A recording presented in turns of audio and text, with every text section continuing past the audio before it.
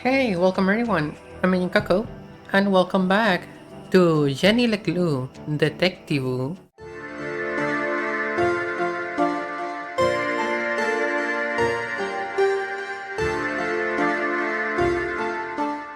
It's been a while. I'm not really sure how long it's been. Maybe a year, somewhere around that.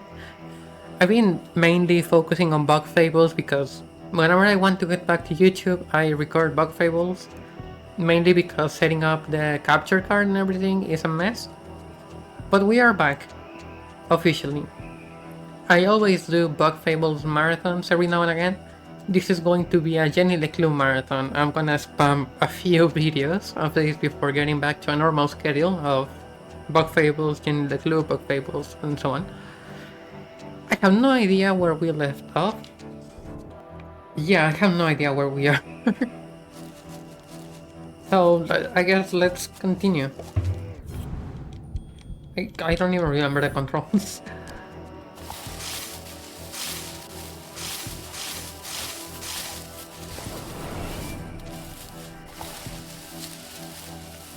Alright, we had found a thing. Jenny had spent her whole childhood exploring the woods behind her house. But I've never seen this before. Then she remembered CJ's words.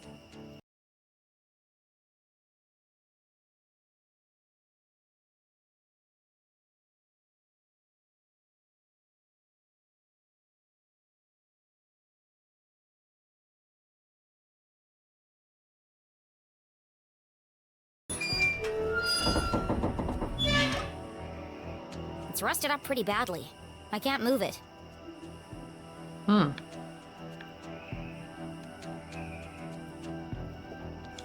What a strange device. The wires are connected to the door.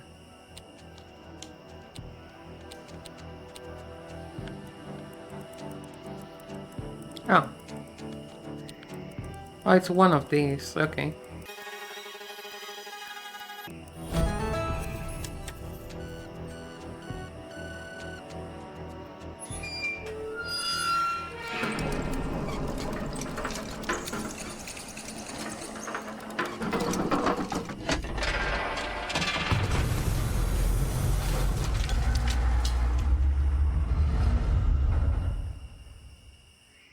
A stale, metallic odor filled the air as Jenny peered into the opening.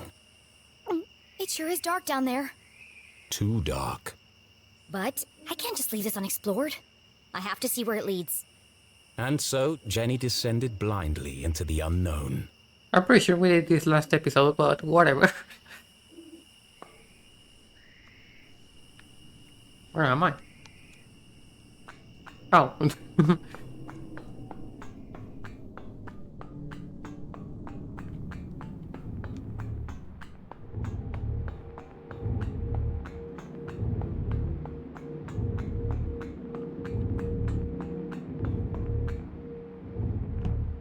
It's really dark.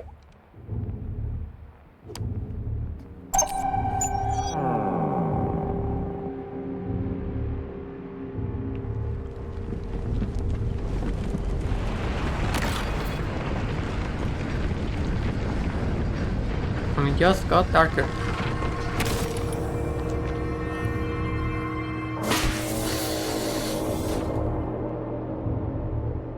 That didn't sound good. You don't say.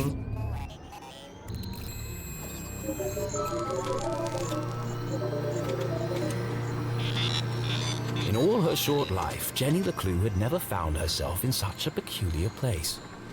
The town that once seemed a small, lifeless pond was suddenly an ocean of mysterious possibilities. Equal parts terrifying and intriguing, it was... Incredible! Yes, an incredible mystery in her very own backyard. In the case of the mysterious laboratory. Time to remember how to play this game again.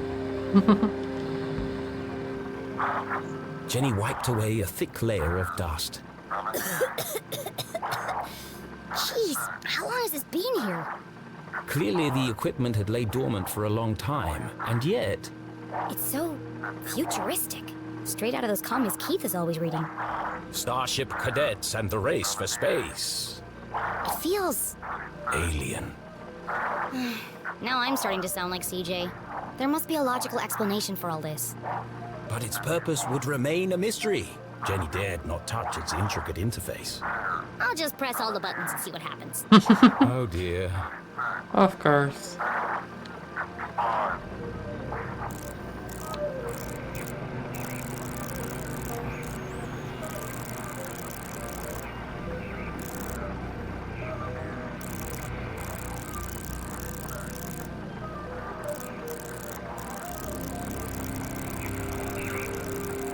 What does this one do?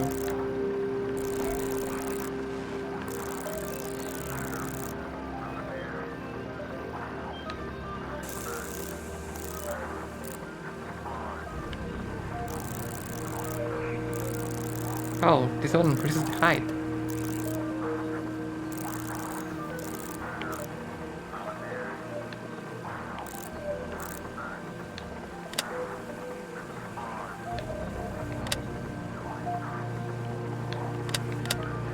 As Jenny turned the dials, she heard something hidden in the static. A voice? But what is he saying?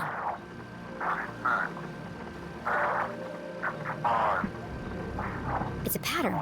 It keeps repeating. Animals and numbers. Animals and numbers. People in the future sure talk weird. Was it a cry for help? A shopping list? Someone with extremely limited vocabulary? Whatever it is, it must be important. And so she transcribed it in her journal.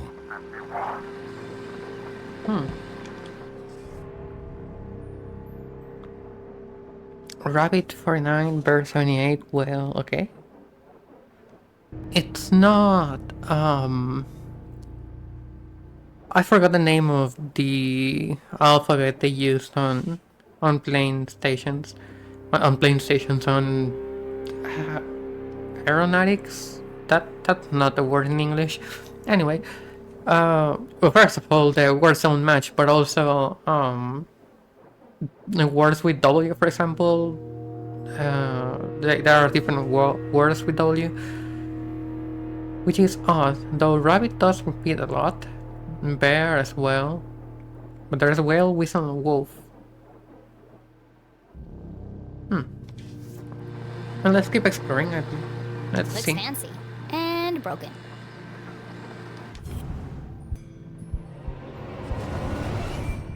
There's something stuck to the bottom of the ladder.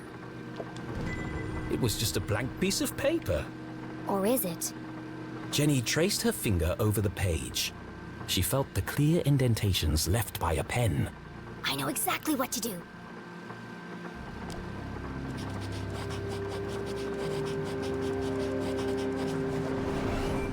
It worked. 1, 2, 3, 4. It was a code of some kind. The world's least secure code. Yeah. Please enter authorization code to begin. Oh, I wonder what the code 2, is. 3, 4. Code accepted. System authorized and armed for activation.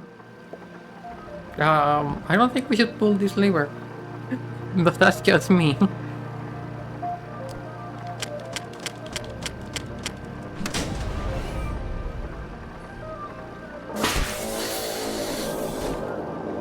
Sphere hermetically sealed.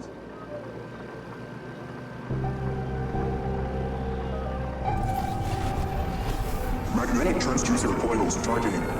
Rotation phase harmonics stabilized. Commencing experiment gauge, module 37.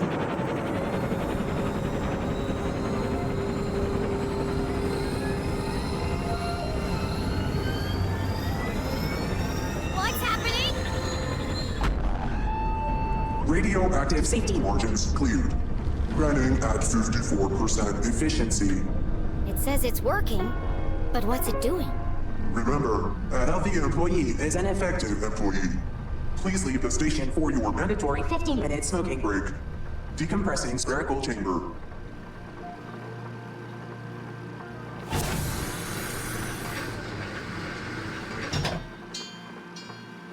What did we just do? I should get out of here before my skin melts off. Yeah.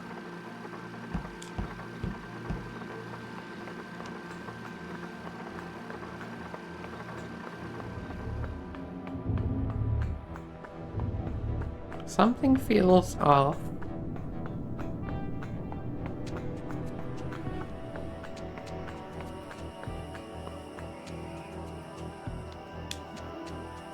Yeah.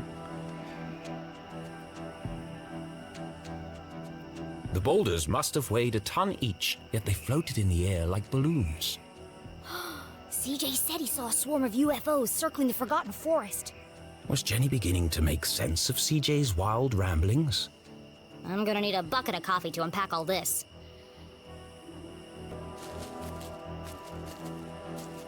Well, now we know why there was like a weird anomaly before. So is this machine causing it? Or are there multiple of these machines across the Oh, God. town?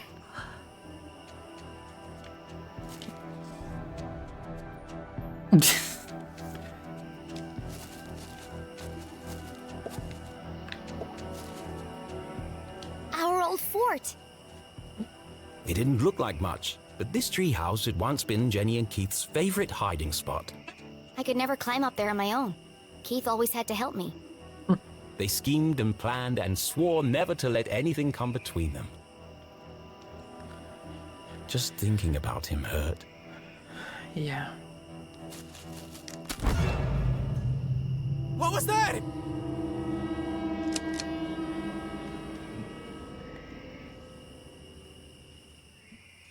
Steven! Steven!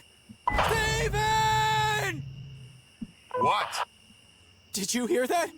I'm telling you, man. Not this again. Something's out here.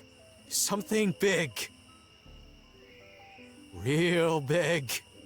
There's nothing there. But I'm getting some super spooky vibes, man. For the last time, Kevin, the radio's off for emergencies only.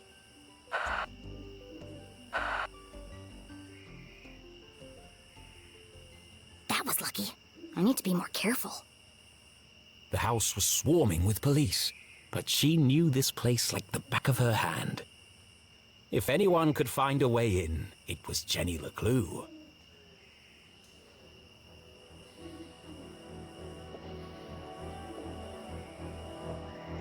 My room. And inside, My detective gear. the window looked a promising point of entry. I could climb the tree up onto the roof. But as Jenny knew, all the windows on the second floor were bolted down. Dad did it after a raccoon got in and trashed the place. I'm not Santa, but let's Jenny see. recalled the Christmas Eve when she had climbed down the chimney and discovered how difficult the jolly old man's job was. And dirty. There's definitely a cleaner way in. Yeah.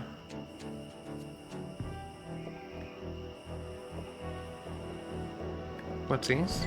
Oh.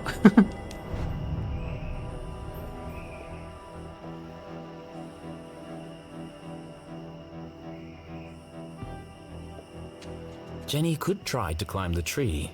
But I already see an easier way in. Oh, there's another sticker here. Sorry if you hear weird noises. There are a lot of mosquitoes around here, so I gotta be on edge.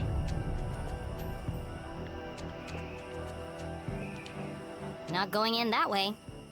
What could the police have found inside her house? And if they found what they're looking for, why are they still here? And that's what I'm wondering. Why are there people here? It's tempting. But Jenny couldn't risk being seen by the police. There's probably a sneakier way in. Through the front gate. Door, I mean. Dang, they've got the back door covered too. Oh, that's the back door. It's probably through these things. Out of the police's line of sight, the basement was her best entry point into the house. Except that window is locked, and all my lockpicking gear is inside. Yeah, but there's one open right here. The window was ajar, the frame damaged. Somebody broke into my house. That's my job. But who? The police had used the front door. Whoever it was, that's my way in.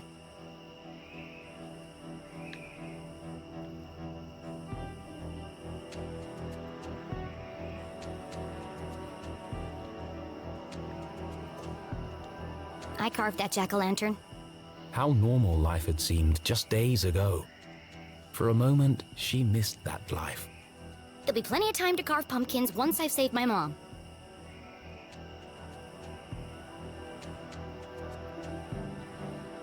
No more stickers, it seems.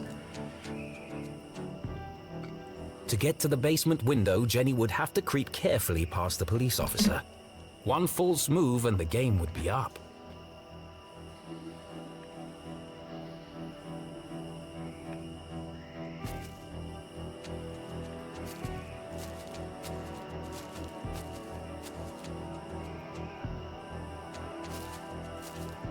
This reminds me, I should probably play Arkham Asylum at one point.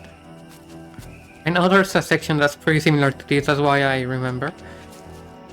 Though Little Nightmares also has one, and a lot of games do have one, so I guess Arkham Asylum isn't that special for that. There are a lot of games I should play.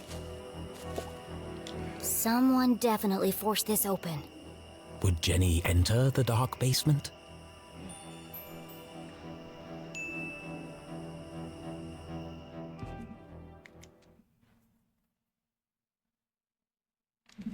It was an odd feeling, breaking into her own house.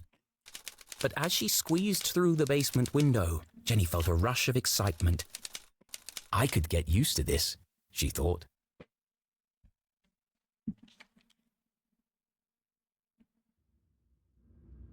Jenny was in, undetected. Home sweet home.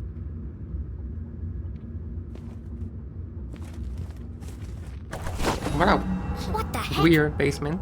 Who left this here? Jenny's father had never carried a briefcase, and her mother couldn't afford one. Let's see who this belongs to.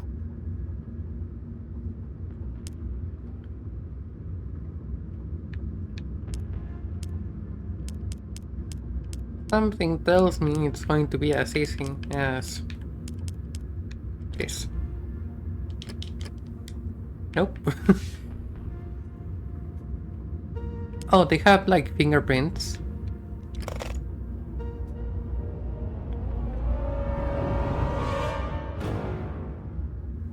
Who carries around a fancy briefcase with a children's book inside? The Hawk and the Weasel. Hang on a second. Those were two of Jenny the... recognized the book. She'd seen a copy of it next to the dean's lifeless body. In the library. There must be something significant about it. Yeah, there's a hawk and a weasel in the code.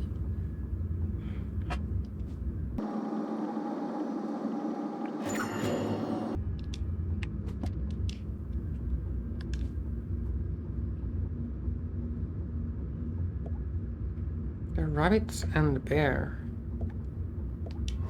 This feels familiar. Like I've seen it before. Wait, no! I've heard it before!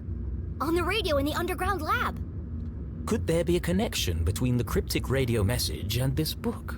Let's find out. Rabbit 49.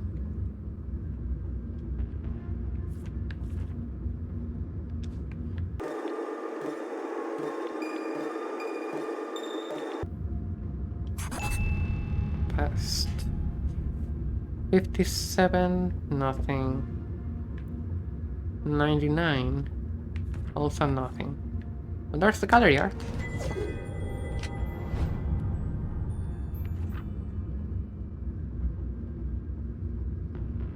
$36. There is one here. A whale.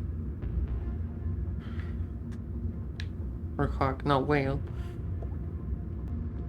Why did that say whale? It's 36. Oh wait, no. That was a different thing.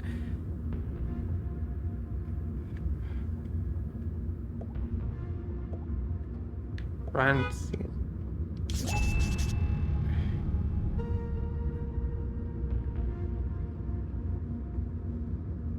I am not really sure what I'm doing.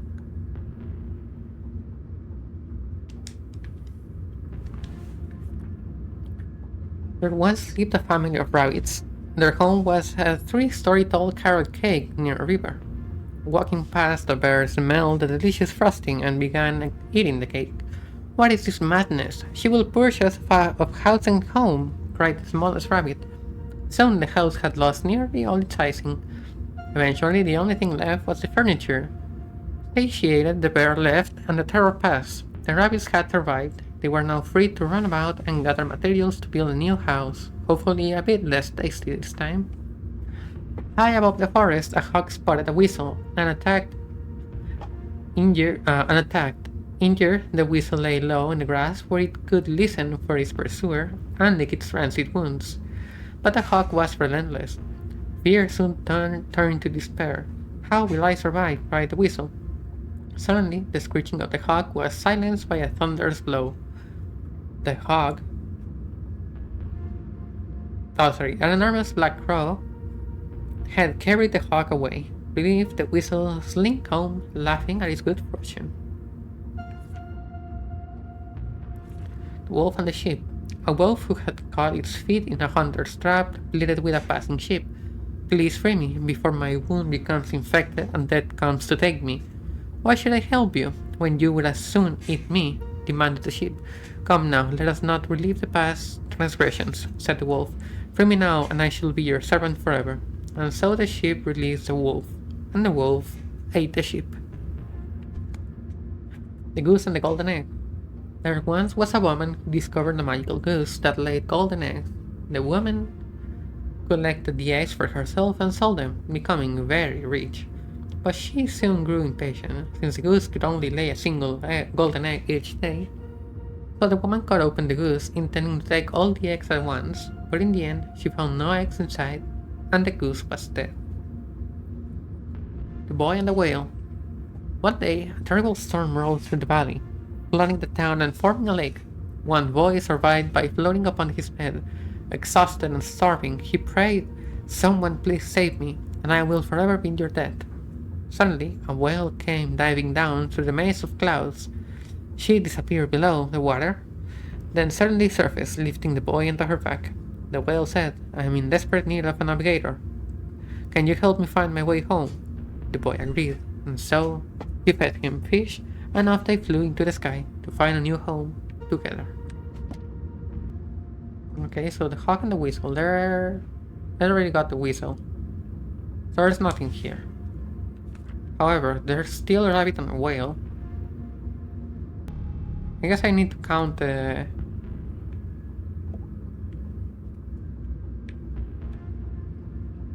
words, but I'm not sure.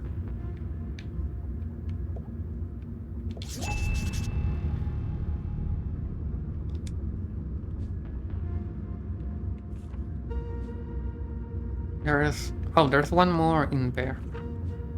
Bear 8. Yeah. Oh, rabbit 49, I didn't get that.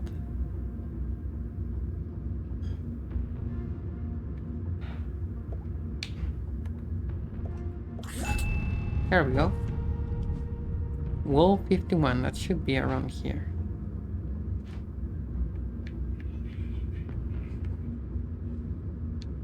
Four, 5, 6, 7, 8, 9, 10, 11. Whoops. And a whale. 36.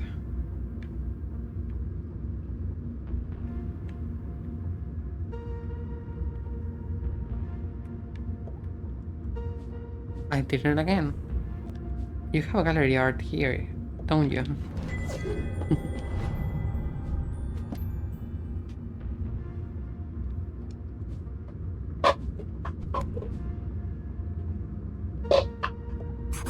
Soon they will all listen. Relive their rancid past. The message read like a threat.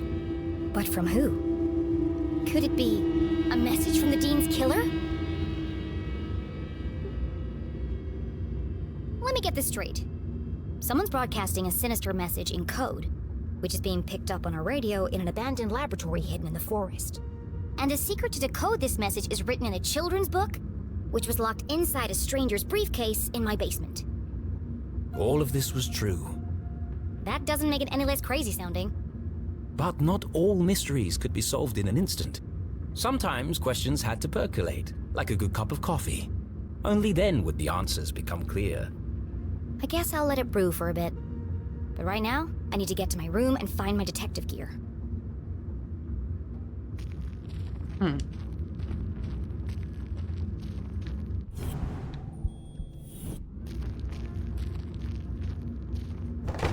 Oh crap!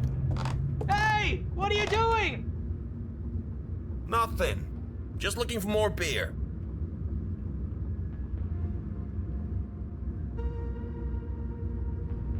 Make yourselves at home, why don't you? Forget about it. There's more in the back of the fridge. They better not eat my cookies. Jackpot! They got cookies too. Hey, have we searched down here yet? You lose one game of cards and suddenly you want to search the house. Can't handle the pressure, eh? Oh, those, sir, are fighting words. You want to put your money where your mouth is? Arthurton's finest, everyone. There was no way Jenny could reach her bedroom without being caught by the police. Which means I can't get my detective gear. Great. But this was a basement, a veritable treasure trove of old possessions. Surely something around here would prove useful. Maybe, but I can't see a thing. Let's shed some light on the situation. Of course the fuse is missing for the lights. Of course. The week after Jenny's father died, her mom boxed up his things and tucked them away in the basement. Jenny had argued with her, It was like she was trying to erase him. but seeing them now, being reminded of him, Jenny understood.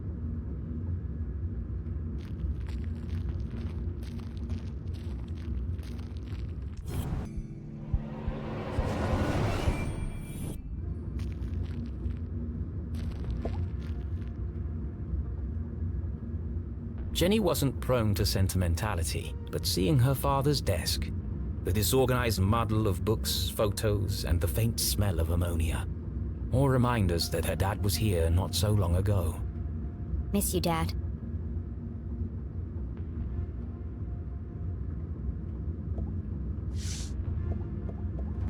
Gallery art. Mending the molecular bonds of marriage. Mom and Dad both worked an awful lot. Jenny rarely saw the two of them together.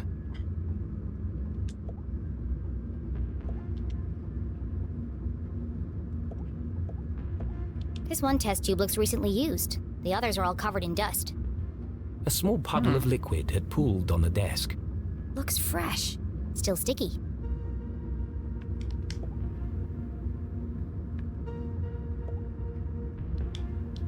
A field guide to fascinating flora.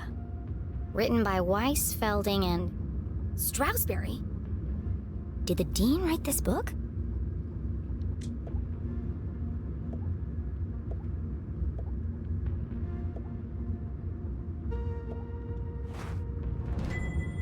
This was years ago. I looked like a kid. One of the rare times that Dad wasn't making a goofy face.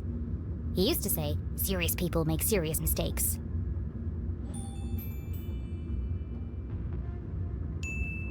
I might, need this later.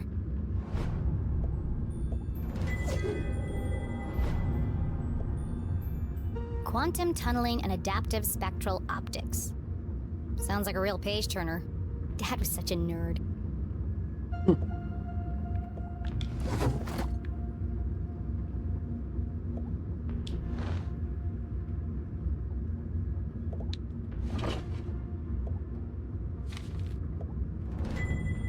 This is from the day of Dad's accident. Mom must have kept it. Lab explosion rocks down from October 13. A tragedy befell Gumball University this morning when an experiment in the chemistry labs went wrong. An accident caused a destructive explosion, killing one scientist and injuring several others. The area was immediately cordoned off, and no one allowed in due to the potentially deadly chemicals involved. While the investigation is still ongoing, police have identified Henry LeClue as the scientist killed in the explosion. He is survived by wife Julie and daughter Jenny. Dean Strasberry, head of the school and close friend of the LeClues, gave a statement on campus this afternoon. What a tragic and unpreventable accident. Henry was working with dangerous chemicals, and it looks like he made a grave error. He was under a lot of stress. People make mistakes. We've lost a great friend and neighbor today. Continues on page 8 with reactions from townspeople. The dean called the lab explosion an accident, but everyone in town seemed to blame Dad.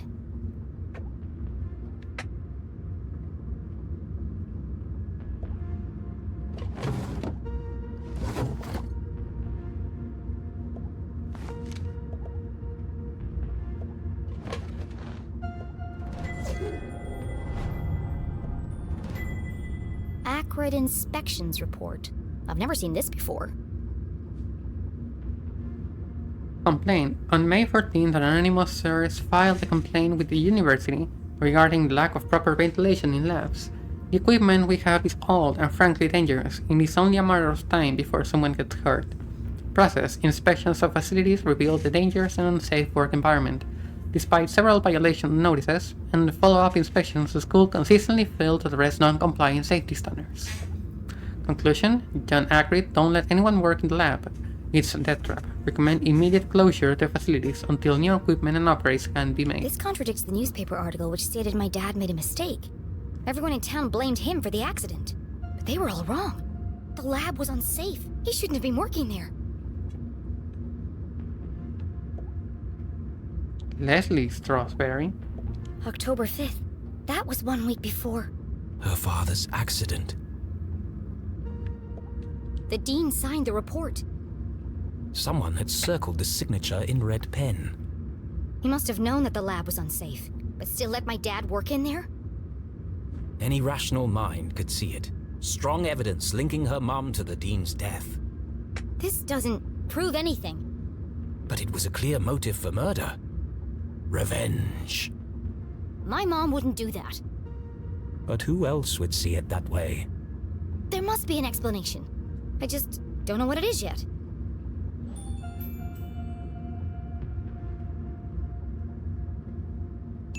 I don't want them I can't let finding this it. fall into the wrong hands. Yeah. Was Jenny sure this was the right thing to do? It broke every rule in the book. I don't care. Why would she need to hide evidence if her mum was truly innocent? Mom isn't here to defend herself. It isn't fair. But however she tried to justify it, Jenny knew this wasn't the choice of the great detective. I need to buy myself some time. I can't afford anyone jumping to conclusions before I've had a chance to investigate.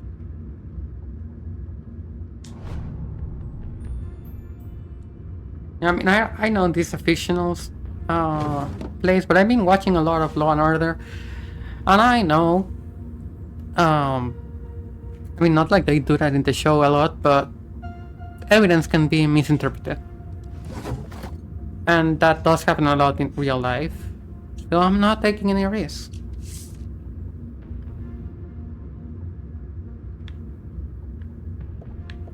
What's this? Aha! Oh. The missing fuse.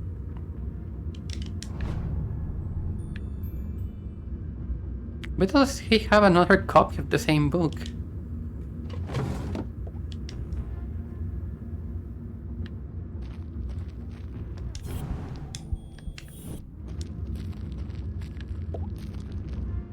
And then there was light.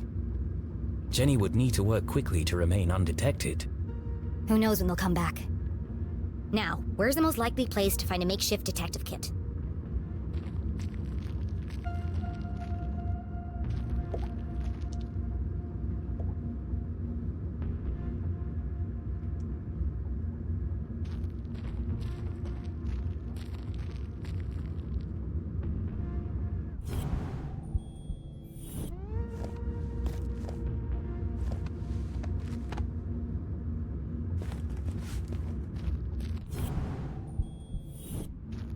Cannot grab that. And there's nothing I can move to grab it, so I guess it's staying there. I don't think Mom would have put her CSI equipment in any of these boxes.